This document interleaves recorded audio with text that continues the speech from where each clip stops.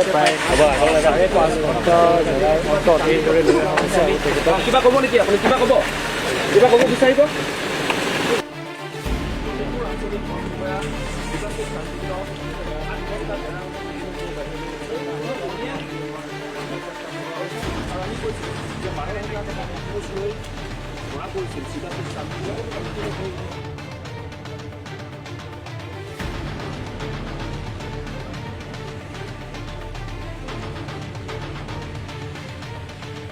DF হ'লে 40,000 টকা আৰু ইহঁতৰ যিটো ষ্টাফ আছে আপোনাৰ এনেকুৱা ষ্টাফ আছে প্ৰত্যেক মাহে 7,000 টকাকৈ লয়। আপুনি প্ৰত্যেকটোকে দিব লাগিব, নহ'লে আপুনি গাড়ী চলাব নোৱাৰি ইয়াত। এতিয়া আপুনি চাওক গোটেই মহলবিলাক বিনা চালানতো কেতিয়াবা চলি থাকিব আৰু কেতিয়াবা আপুনি চালান কাটি আনিলেও এক টিপতে আপোনাৰ মই 16 CM আপোনাৰ হাৰমতিৰ পৰা চালান কাটি আনিছিলোঁ, পুতলা কোৱাৰী বুলি কয়। তাৰ পৰা মই চালান কাটি অনাৰ পিছতো মোৰ গাড়ীখন ধৰি পেলাই ভিতৰত ভৰাব বিচাৰিছিলোঁ। তেখেতলোকে মানে এনেকুৱাই পইচা লাগিবই, প্ৰত্যেকটো কথাত পইচা লাগিব। আপুনি যদি পইচা দিব নাই, ইহঁতে একেলগতে ৰেঞ্জাৰতো ড্ৰাইভাৰেও পইচা লয়, ড্ৰাইভাৰেও স্কেনাৰ দিয়ে পইচা লয়। আৰু ইহঁতে আপোনাৰ গাড়ীখন কোনফালে গৈছে কোনফালে নাই যোৱা গোটেই ইয়াত অফিচাৰকেইজনক গোটেই মিছগাইড কৰে। এই তলৰ কৰ্মচাৰীখিনিয়ে, ড্ৰাইভাৰখিনিয়ে কৰে, আপোনাৰ তলৰ সৰু সৰু কৰ্মচাৰীখিনি সেইখিনিয়ে কৰে। আৰু ইহঁতক অকল পইচা লাগে। আপুনি চাওক মই এগাড়ী বালি মাটি আনিব নোৱাৰোঁ, মোৰ ইয়াত খালী গাড়ী আপোনাৰ খালী গাড়ী ভৰাই 8 লাখৰ ওপৰত ফাইন লৈছে। এই যোৱা বছৰ আপোনাৰ 2025 চনত মই গাড়ী চলাব নোৱাৰোঁ। আজি মোক লোড নিদিয়ে। আপুনি পহুমুৱাত মোৰ ঘৰ, মোৰ ইয়াত মই মাটি কাটিব নোৱাৰোঁ, মাটি কাটিবতো নোৱাৰোঁ, মোৰ গাড়ীত সিহঁতে লোড নিদিয়ে। আপুনি কোনো পাৰ্মিট নাইকিয়াকৈ সিহঁতে মহল চলাই আছে।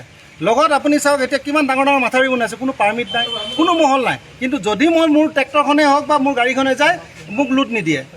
মই গ'লে মোক পাৰ্মিট লাগিব, পাৰ ট্ৰিপ চালান লাগিব। তেখেতলোকৰ ইমান মানে তেখেতলোকে মানে যিটো মন যায় সেইটোকে কৰিব পাৰে।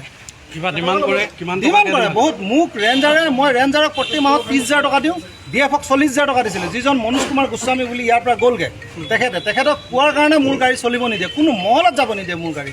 এতিয়া মই ৰেঞ্জাৰ DFক নিদিওঁ। মোৰ গাড়ী আপোনাৰ যোৱাকালি পৰহি ৰাতিপুৱা 2খন গাড়ী যায়, তেখেতলোকৰ কেম্পাৰখন যায় আৰু বলেৰ' নতুন বলেৰ'খন যায়, নিয়ৰখন যায়।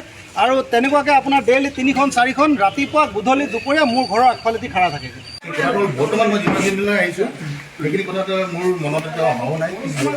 বিশেষকৈ এইটো সময়টো ধৰক আমি জাষ্ট আৰম্ভ কৰিছোঁ, জেগা মানুহখিনি চিনাকি হৈছোঁ। এমাৰ ঘৰ হৈছে, এমাৰ মই আমাৰ ধৰক তাত আপোনাৰ বহুতখিনি কথা আহে। এতিয়া আমি জেগাবিলাকে হওক ৰেঞ্জবিলাকে সেইখিনি চিনাকি। আৰু পিছত যদি কিবা আছে আমি একশ্যন ল'বলৈ আমি ৰেডি হৈ আছোঁ।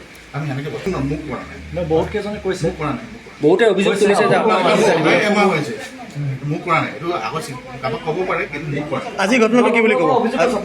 আজি ঘটনা মোৰ দল সংগঠনৰ লগত মোৰ আজি চিনাকি হোৱা নাই। কালি এজন দুজন মানুহ আহিছিলে, আমি জাষ্ট চিনাকি হৈছোঁ আৰু আহি পিনে চিনাকি হোৱাৰ পিছত আমি কথাখিনি পাতিছোঁ। আৰু মোৰ হোৱা নাই, আপোনাৰ সঁচাকৈ ক'ব গ'লে এমাহ হৈছে। এমাহৰ ভিতৰত এতিয়া আপোনালোককে মোৰ চিনাকি, আপোনালোকক মই আজিয়ে চিনাকি পাইছোঁ। জনাওকচোন আমি ভাল এটা কাম কৰিব। আমি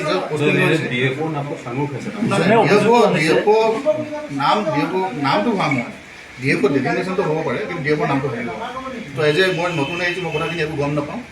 আৰু যদি কিবা আছে আমি সেইটো তথ্য আমি ওলাই পিনে আমি এইটো ইনভেষ্টিগেট কৰিম। কৰাৰ পিছত আমি ধৰক এইখিনি বস্তু ৰেগুলেশ্যন গোটেইখিনি বস্তু আমি সমাধান কৰিবলৈ ট্ৰাই কৰিম। আৰু এটা ভাল পৰিৱেশ আনিবলৈ আমি সমাধান, কাৰণ আমি যেতিয়া জইন কৰিছোঁ, জইন কৰাৰ পিছত আপোনাৰ এইটো সময়ত ধৰক আজি খুব এটা ব্যস্ততা সময় হৈছে। তো এইটো সময়ত আমি প্ৰথম আহি পিনে মোৰ এটা ভাল কাম কৰিছোঁ।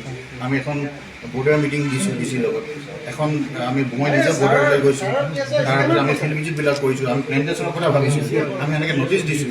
তাৰপিছত ধৰক এতিয়া মই এতিয়ালৈকে আৰু অহাৰ পিছত আমি এখন জেনেৰেল মিটিঙো আমাৰ দিলোঁ, যোনখিনি আমি সকলো ষ্টাফৰ লগত মিলি পিনে দিছোঁ, যোনটো এনেকুৱা ধৰণৰ ইলিগেল এক্টিভিটিজ যাতে বন্ধ হওক, কোনো ধৰণৰ একো হেৰি নহয়। এটা চকীটা বস্তু এজন আমি নতুনকৈ আহিছোঁ, লেট মি ৱৰ্ক আউট। আমি এই সিদ্ধান্তত লৈ পিনে আমি ভালকৈ চেষ্টা কৰিম যাতে এনেকুৱা আৰু পিছলৈও